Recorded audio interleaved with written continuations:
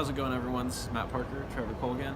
Just chilling up here on the 5th floor of Baker Center after it's just another tough night for the Ohio Bobcats hockey team. Overtime loss, third in 4 games. It's the Saturday game against Davenport 2 weeks ago, the Saturday game against Liberty a week ago, and tonight's game against Lindenwood, number 1 Lindenwood, a 4-3 loss in overtime. Matt, what were your first thoughts about the game? My first thoughts was, even though it is an overtime loss, and in the computer rankings it is a tie, so they still get points for it. Coach Hogan, if you're watching this, it's a tie. We know. Yeah, trust us, we do know. I thought Ohio started off very strong, like they always do. They started off strong. They had 2 power play goals off a 5-minute major in the first period. Tyler Harkins and Sean Baird scored.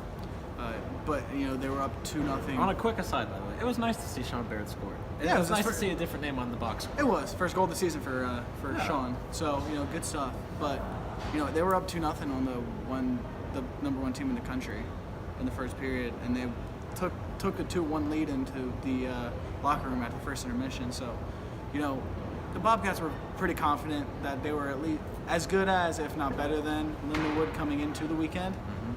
And that must have carried into the locker room after the first intermission. And what helps was that confidence that they had going into tonight's game.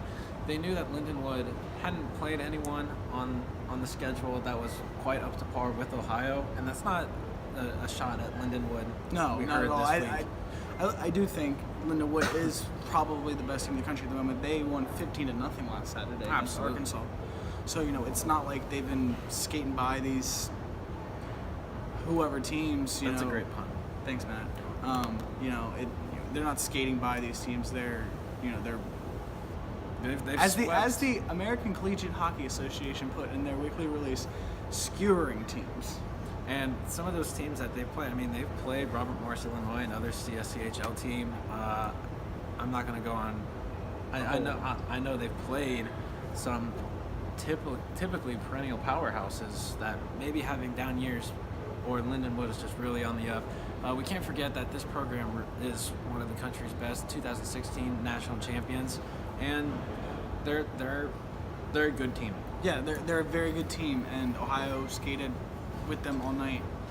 I'm just really on the skate puns guy. That's tough. But one of the things I did notice in the third period, the third period looked like the start of a game to me. It looked like the start of a game in the sense that it was constant back and forth, just trying to feel each other out, and that's how it went. Yeah, and then that just took the entire 20 minutes of the third period, basically. Neither team really had that great chances the final 20 minutes. Everything came in the first 2 periods, and then you go into 3-on-3 overtime, overtime play, and then pretty much, for lack of a better word, all hell broke loose. Yeah, hockey overtime is tough in the 3-on-3 setting because it's your best guys versus their best guys, and just Ohio on the wrong end on these overtime losses. Yeah, it's something that is going to improve. It's just, I think it's something where they need to get to the loose pucks when because in 3-on-3, when there's a loose puck, more often than not, there's not going to be a body to block it.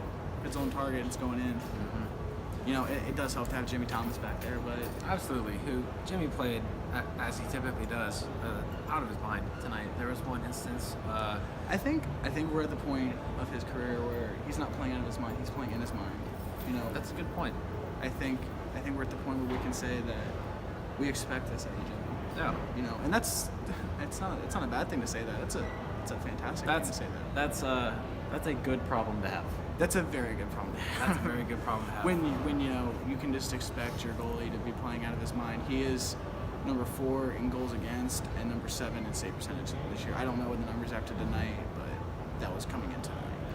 Well, if you don't have any more comments, I'll just go to wrap it up by saying 4-3 overtime loss for Ohio tonight. The Cats are back in action tomorrow at Bird Arena, 7:30 puck drop. Be sure to follow Trevor and I on Twitter. I'm at mparker_5. And if you're seeing this, I'm probably follow me on Twitter because... Well, what if I retweet it and they don't see the handle? Oh, at Trevor_Colgan, TREVORCOLGAN. There you have it.